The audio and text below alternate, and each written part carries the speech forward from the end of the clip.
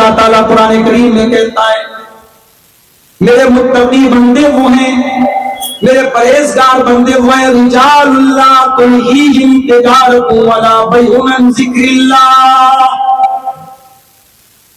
میرے متقی بندے وہ ہیں، ان کا کاروبار، ان کا لین دین ان کو نماز سے غافل نہیں کرتا ہے، وہ نماز اپنے ٹائم پر پڑھتے ہیں، کاروبار کے باوجود، لین دین کے باوجود وہ نماز کے معاملے میں کبھی کوئی لاپرواہی نہیں کرتے۔ یخافون یوما تتقلب فیہ القلوب والابصار، ان کے دل میں اللہ کا ڈر ہوتا ہے، ان کے دل میں قیامت کے دن کا ڈر۔ قیامت کے دن پہلا سوال یہ نہیں ہوگا کہ آپ کتنا پیسہ کماتے تھے، آپ کے بچے کتنے تھے، آپ کی بیوی کیسی تھی، آپ کا پریوار کیسا تھا۔ دنیا کا پہلا سوال قیامت کے دن کیا ہوگا؟ ان اول ما یحاسب به العبد یوم القیامۃ الصلاۃ، بندے سے پہلا سوال نماز کے بارے میں۔ نماز کے بغیر جنتی جنت میں نہیں جائے گا، اور بے نمازی اسی بے نمازی ہونے کی وجہ سے جہنم میں جائے گا۔ اللہ قرآن کے 29ویں پارے میں کہتا ہے جب جنتی جنت میں چلے جائیں گے، جہنمی جہنم میں چلے جائیں گے، جنتی جہنمیوں سے سوال کریں گے ما سلککم فی سقر، اے جہنمیوں تم جہنم میں کیوں آئے، تم نے کون سا ایسا گناہ کیا تو تم جہنم میں چلے آئے؟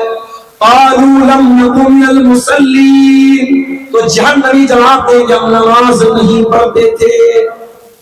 میرے بھائیوں، اگر نبی سے محبت کرتے ہو، نبی کو نماز سے بہت محبت تھی۔ نبی جب ٹینشن میں ہوتے تھے تو بلال سے کہتے تھے یا بلال ارحنا بالصلاۃ، اے بلال نماز کے ذریعے ہمارے دل کو سکون عطا۔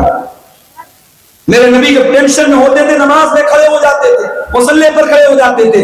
نماز کے ذریعے بندہ اپنے رب سے سب سے زیادہ قریب۔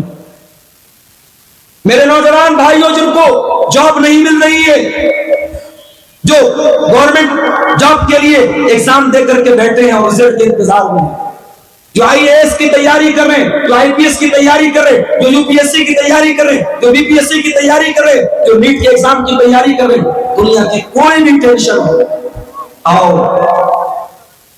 اللہ کی بارگاہ میں سجدہ تو کرو، اللہ کے آگے اپنا سر تو جھکاؤ، اپنے رب سے سجدے میں مانگ لو جو مانگنا ہے، اور خاص طور سے رات میں اگر ٹائم ملے تو تہجد کی نماز پڑھو میرے بھائیوں، اور تہجد کی نماز میں سجدے میں مانگو اللہ سے جو مانگنا ہے، انشاءاللہ آپ کی دعا قبول ہوگی۔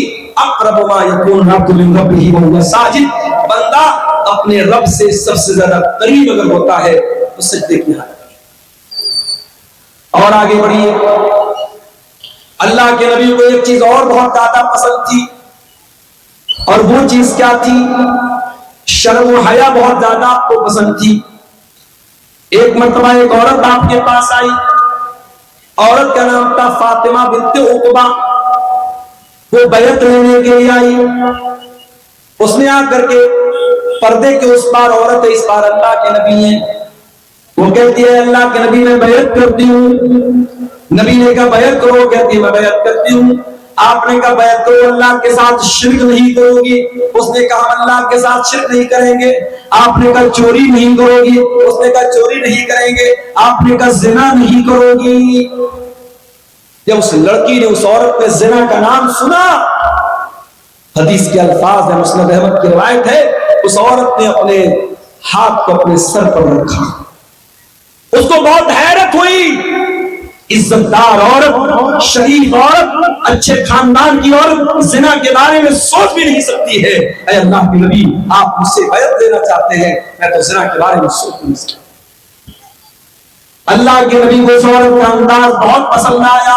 آپ نے حضرت عائشہ سے کہا کہ دیکھو کتنی شریف عورت ہے، کتنی عزت دار عورت ہے۔ زنا کا نام آیا تو اس نے فوراً سر پر ہاتھ رکھ لیا۔ اس کے لیے یہ تصور کے باہر کی بات ہے، یہ سپوز بھی نہیں کر سکتی، یہ سوچ بھی نہیں سکتی کہ زنا کرے گی وہ عورت۔ اور آج حالات کیا ہیں؟ آج حالات یہ ہے کہ پہلے کے دور میں پورے گاؤں میں، پورے علاقے میں اگر کسی کے بارے میں یہ سن لیا جائے کہ وہ غلط کام کر رہا ہے یا وہ لڑکی غلط کام کر رہی ہے، پورا گاؤں تھوکتا تھا اس لڑکا لڑکی کی۔ اور آج حالات یہ ہے میرے بھائی، حالات یہ ہے، گرل فرینڈ بوائے فرینڈ یہ کلچر عام ہوتا چلا جا رہا ہے، اور آج زناکاری اور بدکاری کو پروموٹ کیا جا رہا ہے۔ آج ریلوے اسٹیشن پر چلے جاؤ، بڑے بڑے پارکوں میں چلے جاؤ، بڑے بڑے ہوٹلوں میں چلے جاؤ، مسلمان لڑکیاں مسلمان لڑکے آپ کو اس لعنت میں، اس برائی میں، اس دلدل میں مبتلا نظر آتے ہیں۔ زنا سے اپنے آپ کو بچاؤ بھائیو۔ اللہ کے نبی بے حیائی کو بہت زیادہ ناپسند کرتے تھے اور حیا کو بہت زیادہ پسند کرتے تھے۔ اور آگے بڑھیے، اللہ کے نبی کو ایک چیز اور بہت زیادہ پسند تھی، اور وہ چیز یہ تھی کہ اللہ کے پیارے نبی کبھی کسی کو نہ نہیں کرتے تھے، سخاوت بہت کرتے تھے، بہت سخی تھے آپ، بہت پیسے والے تو نہیں تھے، بہت دولت والے تو نہیں تھے، مگر جتنا اللہ نے نوازا تھا آپ اللہ کی راہ میں خرچ کرتے۔ اپنے انتقال سے ایک دن پہلے اللہ کے نبی نے اپنے سارے ہتھیار مسلمانوں کو دے دیے، جو بھی تیر تھے تلوار تھے سب مسلمانوں کو ہبا کر دیے، دے دیے۔ آپ کے گھر میں 7 دینار رکھے ہوئے تھے، آپ نے ان 7 دیناروں کو صدقہ خیرات کر دیا۔ اپنے لیے کوئی زمین نہ اکٹھا کی، اپنے لیے کوئی جائیداد نہ بنائی، کوئی پراپرٹی نہ بنائی۔ ایک مرتبہ ایک صحابی نے آپ کو قیمتی چادر لا کے دے دی، اس وقت اللہ کے نبی کو اس چادر کی ضرورت بھی تھی اور آپ کو وہ چادر بہت پسند بھی تھی، آپ نے اس چادر کو اپنے بدن پہ اوڑھ لیا۔ ایک دوسرے صحابی آئے، کہنے لگے اللہ کے نبی اگر آپ برا نہ مانیں تو یہ چادر مجھ کو دے دیں۔ صحابہ کرام کو بہت برا لگا کہ اللہ کے نبی کو چادر کی ضرورت بھی ہے اور اللہ کے نبی کو چادر پسند بھی ہے، اور صحابی جانتے ہیں کہ اللہ کے نبی کسی کو نہ نہیں کرتے، پھر وہ چادر مانگ رہے ہیں۔ انہوں نے کہا اللہ کے نبی اگر آپ مجھے اپنی یہ چادر دے دیں تو بڑا اچھا۔ نبی نے اپنے بدن کی وہ چادر اتاری اور صحابی جیسے ہی نبی نے صحابی کو چادر دے دی، صحابی نے چادر کو چھو لیا، کہا اللہ کے نبی میں یہ چادر اوڑھنے کے لیے نہیں مانگ رہا تھا، یہ چادر پہننے کے لیے نہیں مانگ رہا تھا، کیونکہ یہ چادر آپ نے اوڑھی ہے، آپ کی باڈی سے یہ چادر ٹچ ہوئی ہے، آپ کے بدن پر یہ چادر اوڑھی گئی ہے۔ میں چاہتا ہوں کہ جب میں انتقال کر جاؤں، جب میں دنیا سے چلا جاؤں، میرے کفن میں اس چادر کو استعمال کیا جائے، میرے کفن میں اس چادر کو یوز کیا جائے۔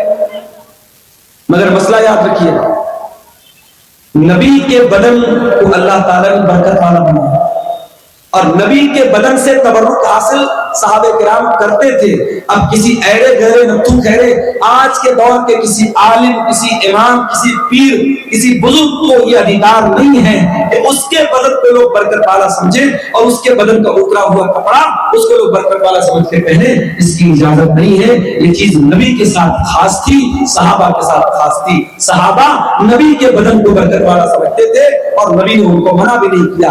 بعد میں کسی کے انسان کے لیے اس کی پرمیشن ہے۔ تو نبی کو کنجوس لوگ پسند نہیں تھے۔ ایک صحابی اللہ کے نبی کے پاس آئے، بہت میلا کچیلا کپڑا پہنے ہوئے تھے، بڑا پھٹا پرانا کپڑا پہنے ہوئے تھے۔ آپ نے پوچھا الک من مال، کیا تیرے پاس مال و دولت ہے، پیسہ ہے، روپیہ ہے؟ کہا اللہ کے نبی بہت پیسہ ہے، اتنے اونٹ ہے، اتنے گائے، اتنے بیل، اتنے بکریاں ہیں۔ آپ نے فرمایا اتنے پیسے والا تو ہے تو یہ پھٹا پرانا کپڑا کیوں پہن کے آیا ہے؟ اے میرے صحابی، جب اللہ تعالیٰ تم کو کوئی نعمت دیتا ہے تو اللہ تعالیٰ یہ چاہتا ہے کہ وہ نعمت تمہارے بدن پہ نظر آئے۔ کچھ لوگوں کو میں نے دیکھا سرکاری نوکری کر رہے ہیں، مدرسے میں، اسکول، 50,000 60,000 روپیہ مہینہ تنخواہ، مگر ان کی نیت میں اتنی کنجوسی ہے 10 روپے کی چائے پلانا بھی ان کے لیے بہت مشکل ہے۔ اور وہ چاہے تو کار خرید سکتے ہیں، مگر وہ اپنے گھر سے مدرسہ یا اسکول سائیکل چلا کے جاتے ہیں۔ یعنی ایک انسان 5,000 روپیہ مہینہ کما رہا ہے، اس کے مقابلے میں یہ 50-60 ہزار روپے مہینہ کما رہا ہے۔ اس کا لائف اسٹائل اور اچھا ہونا چاہیے، مگر یہ اور کنجوس ہوتا چلا جاتا ہے۔ یاد رکھو میرے بھائی، اگر اللہ تعالیٰ آپ کو نعمت دیتا ہے، اگر اللہ نے آپ کو دولت والا بنایا ہے، آپ کی ویش بھوشا سے، آپ کے کپڑے سے، آپ کی ڈریس سے یہ پتہ لگنا چاہیے کہ ہاں اللہ نے آپ کو نوازا ہے۔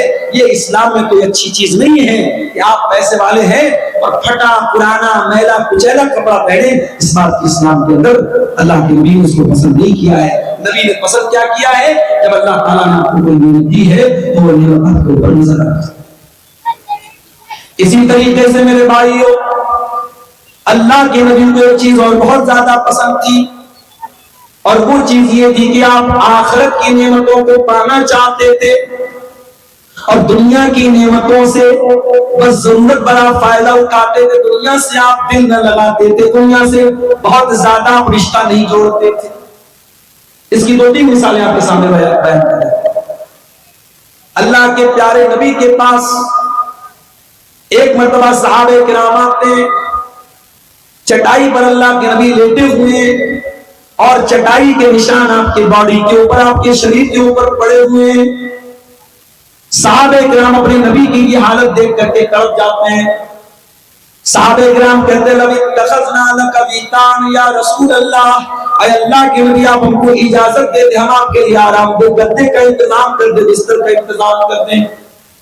آپ نے فرمایا مالی ولی دنیا، اے میرے صحابہ میرا دنیا سے کیا لینا دینا ہے؟ ما انا الا کراکب استظل تحت شجرۃ ثم راح فترکها. اے میرے صحابہ میں تو دنیا میں اس مسافر کی طرح ہوں جو سفر پہ نکلا ہے اور کسی پیڑ کی چھاؤں میں آرام کر رہا ہے اور تھوڑی دیر وہ آرام کرتا ہے پھر اپنی منزل کی طرف چلا جاتا ہے. اے میرے صحابہ یہ دنیا میرے لیے وقتی آرام کرنے کی جگہ ہے، یہ دنیا میری منزل نہیں ہے، یہ میری آرام کرنے کی جگہ ہے، یہ میرا آخری ٹھکانہ نہیں ہے. یہ اللہ کے نبی کا مزاج تھا، یہ اللہ کے نبی کی پسند تھی. اور آگے بڑھیے. ایک مرتبہ حضرت عمر آتے ہیں اللہ کے نبی کے کمرے میں. نبی کا کمرہ ہے، ایک چٹائی بچھی ہوئی ہے، ایک لکڑی کا پیالہ رکھا ہوا ہے، کنارے تھوڑی سی جو رکھی ہوئی ہے، ایک چمڑے کا تھیلا ہے جس میں پانی بھرا ہوا ہے. یہی نبی کا پورا کمرہ ہے اور یہی نبی کی ملک کائنات. کوئی فرنیچر نہیں، کوئی مسیری نہیں، کوئی گدا نہیں، کوئی نرم و نازک تکیہ نہیں. نبی کے کمرے میں یہ چھوٹی چھوٹی چیزیں. حضرت عمر فاروق کی آنکھوں میں آنسو آ جاتے ہیں، رونے لگتے ہیں، کہتے ہیں اللہ کے نبی قیصر و کسریٰ تو اپنے اپنے محلوں میں آرام سے رہتے ہیں، آپ تو اللہ کے آخری نبی ہیں، آپ ہم سب کے چہتے ہیں، ہم سب کے محبوب ہیں، اور آپ ایسی زندگی گزر کر رہے ہیں. اے اللہ کے نبی ہم ایسا ہوتے ہوئے نہیں دیکھ سکتے، یہ ہم کو ٹھیک نہیں لگ رہا، یہ ہم کو مناسب نہیں لگ رہا. بادشاہ، دنیا کے بادشاہوں کی آپ کے سامنے کیا ہوتا تھا؟ قیصر و کسریٰ تو اپنے محلوں میں آرام سے رہتے ہیں اور آپ ایسی معمولی چٹائی پر لیٹتے ہیں اور ایسی سمپل زندگی آپ گزر رہے ہیں. آپ نے فرمایا اے